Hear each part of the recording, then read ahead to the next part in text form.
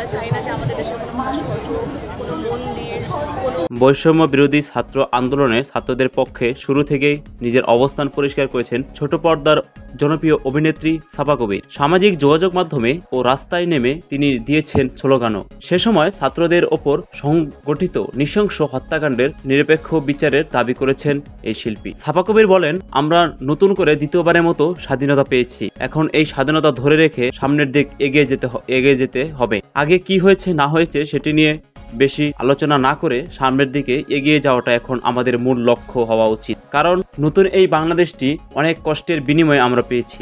এখন আমাদের উচিত নতুন এই দেশটিকে বিশ্বের বুকে মাথা উঁচু করে দাঁড়াতে সবার সম্মিলিতভাবে সহযোগিতা কামনা করছি। কারণ দেশটি নিয়ে আমরা যে গর্ব করতে চাই, হয়তো সেটি একদিনে অথবা দুদিনে হবে না, এর জন্য সময় দরকার। দেখুন, নেগেটিভ হয়ে কিছুই হবে না।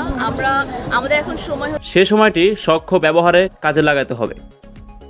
এ সময়ে দেশের বর্তমান পরিস্থিতি নিয়ে কথা বললেন এই অভিনেত্রী। তিনি বললেন, এই আন্দোলনে আমাদের নতুন বেশ কিছু ভালো দিক সামনে এসেছে। তার মধ্যে সবচেয়ে বড় যে বিষয়টি হলো আমার চোখে ধরা দিয়েছে সেটি হলো ইউনিটি। আমরা সবাই এক না হতে পারলে কিন্তু এই স্বাধীনতা আসতো না। এছাড়া আমাদের সবার কথা বলার সুযোগ এসেছে, যার যার স্থান থেকে আমরা এখন সবকিছু বলতে পারি। এবং আপনারা আমার কাজ দেখতে পাবেন। আমার মনে হয় আমরা অনেক কিছু বলে ফেলেছি এখন। সব প্রিয় ভিউয়ার্স, ভিডিওটি আপনাদের কাছে কেমন লাগলো অবশ্যই কমেন্ট করে জানাতে ভুলবেন না। আর আপনি যদি সাফা কবিরকে ভালোবেসে থাকেন, তার নাটক দেখতে পছন্দ করেন, অবশ্যই এই চ্যানেলটি সাবস্ক্রাইব করে যাবেন এবং পাশে থাকা বেল আইকন প্রেস করে যাবেন।